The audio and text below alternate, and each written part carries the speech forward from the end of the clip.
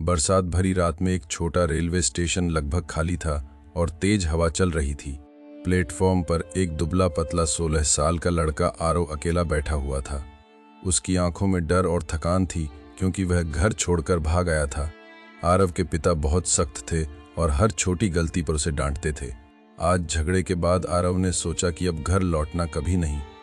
उसी समय प्लेटफॉर्म के दूसरे कोने में एक बुजुर्ग आदमी कांपते हुए बैठा था। उस बूढ़े आदमी के हाथ में एक छोटा पुराना बैग और टिकट था। आरव ने देखा कि बूढ़ा आदमी ठंड से बुरी तरह कांप रहा है। कुछ पल सोचने के बाद आरव धीरे से उसके पास चला गया। उसने अपनी जैकेट उतारकर उस बूढ़े आदमी को दे दी। बूढ़े आदमी ने हैरानी से उस गरीब लड़के की ओर देखा।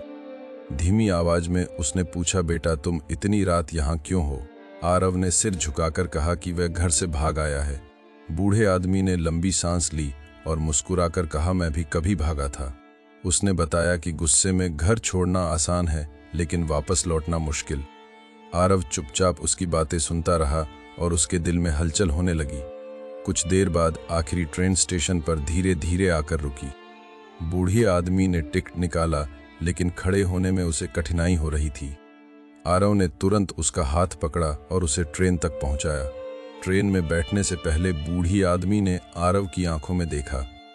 उसने कहा, बेटा कभी कभी घर लौटना ही सबसे बड़ी हिम्मत होती है। ट्रेन चल पड़ी और आरव प्लेटफॉर्म पर खड़ा उसे दूर जाते देखता रहा। उसके मन में अचानक अपने माता पिता की याद आने लगी।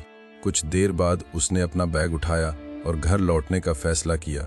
सुबह जब वह घर पहुंचा तो उसके माता पिता दरवाजे पर परेशान खड़े थे। माँ ने उसे गले लगा लिया और पिता की आंखों में भी आंसू थे। आरव समझ गया कि कभी कभी गुस्से से नहीं, प्यार से जिंदगी बदलती है। और उस बरसाती रात का अनजान बूढ़ा आदमी उसकी जिंदगी का सबसे बड़ा शिक्षक बन गया।